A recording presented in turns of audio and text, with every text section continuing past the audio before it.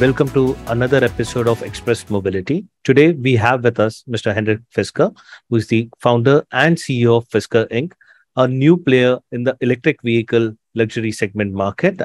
He knows no introduction because of his previous stint with BMW. So let's get to our talk with him. Henrik, you've come a long way since you first announced your plans to manufacture an EV, to your partnership with Magna, then your partnership with Foxconn, and your announcement for India. So can you let us know your basic business strategy around it? Yeah, it's great to be here on your TV show. Basically, we are looking at the global EV market really accelerating, and perhaps a really big opportunity in the next 2-3 years to enter the market.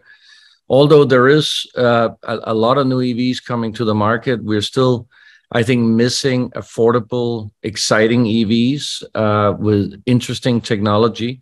So our aim is to get 4 vehicles to market before 2025. And we have partnered up with recognized global manufacturers like Magna and Foxconn because for me, it's less about building a factory and more about getting high quality cars on the road. And, Magna, for example, are known for high quality. Foxconn, of course, has a global footprint in technology manufacturing. So we are coming out with a Fisker Ocean, which is very affordable, starting at $37,500 here in the US. I think undercutting a lot of our competitors also with what's in that vehicle with range, etc. So by having this contract manufacturing model, which is pretty similar to what Apple is doing, we are able to lower our costs, get the vehicles to our customers at a much more affordable price, which ultimately means a higher value for our customers. We are also a fully digital car company, meaning you make all the reservations, everything online or on your app. You book your service on our app. Now, obviously, for the first 4 years, you don't have to book any service because everything's under warranty and we contact you. We have mobile service. We also partner with local service facilities, specifically here in the US and Europe, where we start delivering vehicles here end of this year. So our business model is quite different from anybody else. But also, I think the pricing of our models are very different. Our next vehicle will be under $30,000. So we are going into, I would say, the affordable premium segment rather than the super luxury segment, which, I've done a lot of luxury cars and, when you have no, cash constraint, it's a lot easier. But I think now the market's getting saturated with luxury 4-door sedans. So we're doing something different. Okay. And the Ocean SUV will go into production starting this November. And I'm pretty sure you've got, in earlier conversation, you said you've got a lot of interest from India as well. Is it safe to say that, once you start deliveries, India could also be one of the first markets for, at least for the initial adopters to, see the Fisker Ocean making, on Indian roads? Well, we already got an Ocean One reservation from India, which we're obviously, we don't really take reservations from India, but that person was able to reserve it through the US. So we'll ship a vehicle to India probably around, I would say, July next year. So fairly quickly. Okay. We obviously need the right-hand drive versions, which we launch exactly at that time when we also start delivering in the UK and a few other right-hand drive markets. So eventually, we'll definitely get our vehicles into India. Of course, India is very unique because there's quite high import taxes. So the first vehicles will be, obviously comparable, expensive to other imported vehicles. So ultimately, if we want to have a larger Indian market share, we're going to have to look at some sort of Indian manufacturing. We have started up with our technology center in Hyderabad. So we do have already over 60 people in that facility, and we expect to have at least 200 by the end of the year. I do see the Indian market as in the future becoming very important for EVs. I think India at one point could switch really quickly to EVs, just like India kind of never really broadened out on the normal telephones with the wires. They went straight to mobile phones. And I think it could be the same here as we see in China, where the Chinese car manufacturers never really caught up with Europe and US when it came to gasoline vehicles. But in EVs, they're, of course, part of the leaders. And I think in India we're going to see maybe also suddenly a quick adoption of EVs. Okay. And you mentioned that, that India will be an important market for your global plans. And because of the tax constraints and the policy requirements of the country, you may look at, having localization production. So have you already started exploring that? And since you already have two partners, Magna and Foxconn, both who have a strong footprint in India, could they, be your partner of choice for the Indian market as well? Well, at this point, we are exploring every opportunity, and we get contacted by many different businesses in India. Obviously, we need to tread carefully here because we need to understand the true market opportunity. I think that there is a growing middle class in India which can afford a vehicle around $25,000, whatever that translates into. Local current Indian,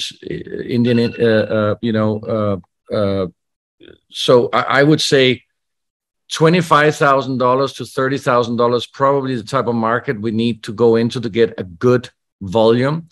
And I think our vehicle platforms allows us to do that. Like I said, the new vehicle platform that we are launching will be under $30,000 in the US. So in India, that should be fairly easy to accomplish as well because of lower local costs.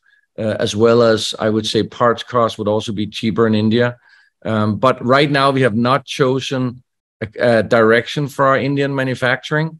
It's something we're still exploring. We have just hired an executive from BMW to head up our strategic outlook for manufacturing, and he will be looking into it as well. Okay. So, when we speak about the Indian market, you're one of the big names in the EV business. Tesla, recently pulled the plug because they said that, the taxation policy is not something sustainable. Do you see that, that when it comes to the EV market, subsidies are playing a major role, not just in the Indian market, but globally? At the end of the day, OEMs and manufacturers alike will need to revisit the cost and look at bringing products which do not require subsidies. Will that be a ground reality, and by when do you see this kind of reality check happening?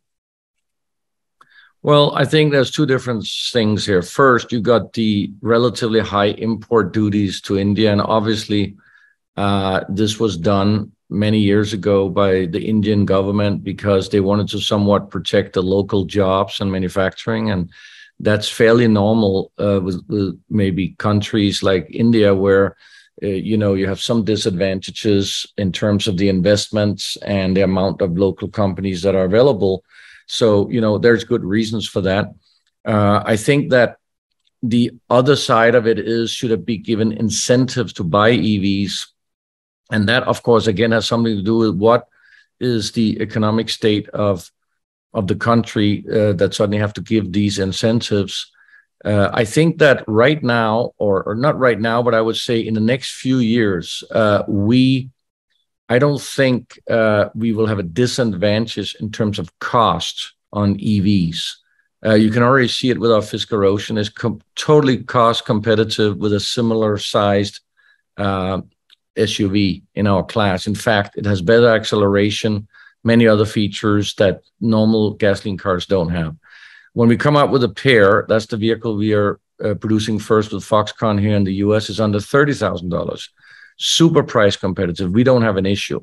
Now, of course, if we would produce, let's say, the pair or the Ocean or a variation of it in India, one of the things that I could imagine is producing it together potentially with somebody locally where we share the platform, because ultimately what you need volume. It's not sustainable to produce just 5 or 10,000 vehicles in India. It's not enough. You need to get at least to 50,000, preferably 75 to 100,000 to make it feasible. And there could be a potential to do that with a local Indian manufacturing partner, and maybe we share a platform, we share suppliers, and that way you get the cost down and you avoid the import tax. At that point in time, of course, the reason for incentives is not because we need it to sell our EV. I think the reason for incentives is if the country wants to accelerate the actual adoption of EVs, because what's difficult for any country and any car manufacturer is to run two paths where you both are selling and developing gasoline cars and you both are selling, developing EVs. It's super expensive to actually develop two different technologies, have different factories, different infrastructure. And what happens is, if you don't transition to EVs very quickly, the country will fall behind because you don't anymore have that technology development in your own country. So I think it's in the interest of countries to make this transition quickly. And what's happening here in the US this morning is there's already been proposed a new climate bill, which includes a lot of subsidies for EVs, but these only need to be there probably for 2 or 3 years, but it's done to accelerate this adoption. And by doing that, you also encourage local development of high technology, new technology, and manufacturing of EVs. So you've got to get the home market. So in my view, it would probably be an advantage for India if they could make some sort of incentives for EVs. And, you know, we will be looking at India, of course, even more if that happened. But I think what we are going to need most likely, or what we would be looking at, would be some sort of manufacturing partner in India where we can share a platform, we can get volume together and get ahead of the competition together. Okay. And I was going to ask you about it, that many Indian companies have now started looking at collaborations and partnership. Case in point, Mahindra recently announced a partnership with Volkswagen to use their platform and EV components. So will you be open to such kind of a partnership? I think you have already answered that. And just to understand, by when do you see this kind of synergies being done with your local partner in India? Well, we are in discussion with several partners for platform sharing actually around the world. And the reason I think that's going to happen more is because when you today go in to test drive a car, a gasoline car, you listen how the engine sounds, and you feel the response of the engine. But when you go and test an electric car, there's no sound of the motor. They all have torque. They all feel fairly fast. And by the way, we all are using the same battery cells from everybody. Even Tesla uses Panasonic battery cells. So nobody makes their own battery cells. If they do it, it's usually licensed from a battery manufacturer. So what happens now in the industry as we are turning towards electrification is we're going to end up sharing a lot more parts, which ultimately means higher volume for these components, which ultimately means EVs will be cheaper than gasoline cars, also because there's less parts. So whoever first makes these uncomfortable decisions, unusual decisions for the automotive sector, where everybody has usually done their own stuff, it's uncomfortable to share, but it's actually the future. And those who do it first will win most market share. So we are in discussion with several companies, and we are open to share our platform. We own all the IP of the two platforms we have. They are also, I think, some of the most advanced electric vehicle platforms in the world, because the Ocean was fully developed last year. We have the latest technology in that vehicle. The Pear for 2024 will have even more modern technology and even lower cost. So I think we're really leading when it comes to having affordable EV platforms. Okay. A hypothetical question right now. When I look at the Indian four-wheeler, the electric four-wheeler market, the almost 90% of sales is coming only from one, from one brand, that is Tata Motors, for the compact SUV called the Nexon EV.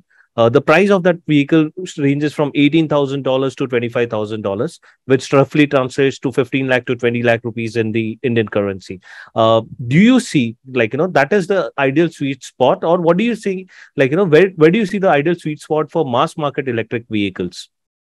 I mean, obviously, India is a very unique country where there is a lot of super affordable vehicles available. But also some of these vehicles do not fulfill global safety standards, for example, which is why you can make them cheaper. I think ultimately India will also, and the Indian public will demand vehicles to the same standard as the rest of the world. And I think for that, you will see that the sweet spot is going to be $20,000 to $25,000, as you just mentioned. It is possible to make even lower cost vehicles. You obviously have to decontent them. The question is also, do everybody really need a large battery if they only, for example, drive around Delhi or Bombay the whole day?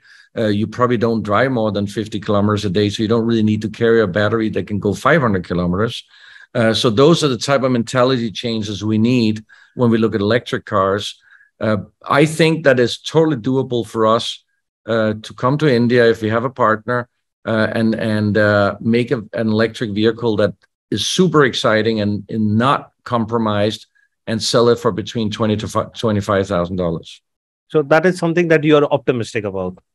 Very optimistic. It may not happen next year. It probably is a couple of years away because we have to concentrate on our main markets, which is the US, Europe, and then China. But I do see eventually India being, as I said, a potential for us. Okay. Another area of developments in India that we have seen in the recent past is global companies like Reliance, Adani, and Indian Oil PSU, who are making significant investment in the hydrogen development for hydrogen as a fuel. Do you see that, India may, there are talks about it, that India may look at hydrogen as a preferred choice of fuel, given the fact that you already have a CNG, compressed natural gas pipeline infrastructure in place? It will be just need to be expanded, and probably in the passenger vehicle and commercial vehicle space, hydrogen could play a major role. Do you see that as a potential? I think only people who is not in the automotive industry will ever use the word just.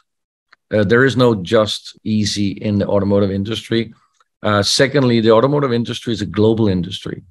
And it doesn't work for any country to select a fuel type that is not used in the two main automotive countries in the world, which is Europe and US, and followed strongly by China, obviously.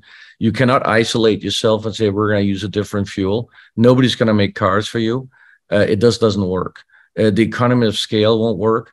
It's an incredible, expensive way of making cars, hydrogen. It just doesn't work. We have tried it. BMW has tried it. Many different car companies have tried it. The only way for hydrogen, in my view, is potential commercial vehicles, but not for private consumption. You have to build out an entire new infrastructure. It's just you have to develop new technology specifically for these cars. It's already shown is super expensive. I don't believe in it. I don't think it's going to happen. I hope people don't waste too much money on it, because I think it's going to be wasted money. It is very clear that the world, the leading automakers in the world and the leading policymakers in the world have already decided the world is going electric. China has decided, US have decided, Europe has decided. And the largest car company in the world, Volkswagen, have already said they're not going to make any gasoline engines after, or any new development of gasoline engine after 2026. I think when you look at those clear signals, we are going electric. There's just no doubt about it. The question is only, do you want to be part of it from beginning, or you want to be the last one jumping on the train and getting the worst seat? Okay. Maybe not even a seat in the train, maybe just hanging outside the train. Okay. So coming to your solid state batteries, you were one of the first pioneers in. I just want to stop you there. We don't do any solid state. This is a very old news. We stopped solid state batteries development many years ago because we saw that there is no possibility near term to really get this technology into mass market. It's way too expensive, too complicated. It still doesn't work, and you can see it with everybody who announced it. So I don't believe you're going to see solid state batteries on this side of 2030 in a passenger vehicle in mass market. Okay. Coming to your thoughts on car makers are now moving away from selling vehicles to now looking at mobility as a service. What are your views on that? And lastly, what are the challenges? I mean, does this kind of disruptive market forces create a barrier of entry for new players to enter the automotive space? I mean, do you see that we'll stop seeing new players entering the market, or does it actually open up more possibilities? Well, the automotive industry is the most capital intensive industry in the world. Even $1 billion, sometimes not enough. And it's definitely the entry ticket. We raised $1 billion just to start, and we raised another $600-700 million since then. So it is a very capital intensive industry. I think for new players, the door has closed. If you didn't start a company by now, it's too late, because after 2025, you're going to see influx of many EVs from every single company in the world, standard OEM or new EV startup.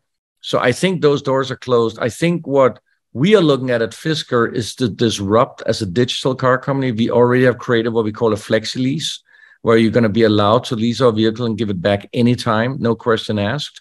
So we do see mobility as a service, but with our hardware. And in the end of the day, you need hardware. So if you try to create mobility as a service, you have to buy the hardware from somebody else, you're already disadvantaged because now you're paying profit on that hardware to whoever makes it. So we want to do that ourselves. It'll allow, I think, for us to get a lot more younger people into our vehicles for a much more affordable price without they have to commit for a 7-year loan or a 3 or 4 year lease. So I definitely see that as an important part of our future.